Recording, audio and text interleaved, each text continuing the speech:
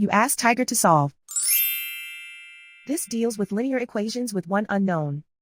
The final result is r equals -2. Let's solve it step by step. Group all constants on the right side of the equation. Add 5 to both sides. Group like terms. Simplify the arithmetic.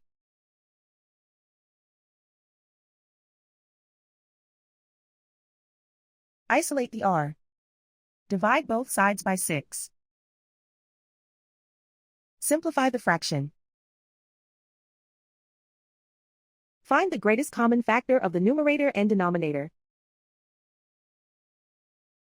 Factor out and cancel the greatest common factor. And so the final result is r equals -2.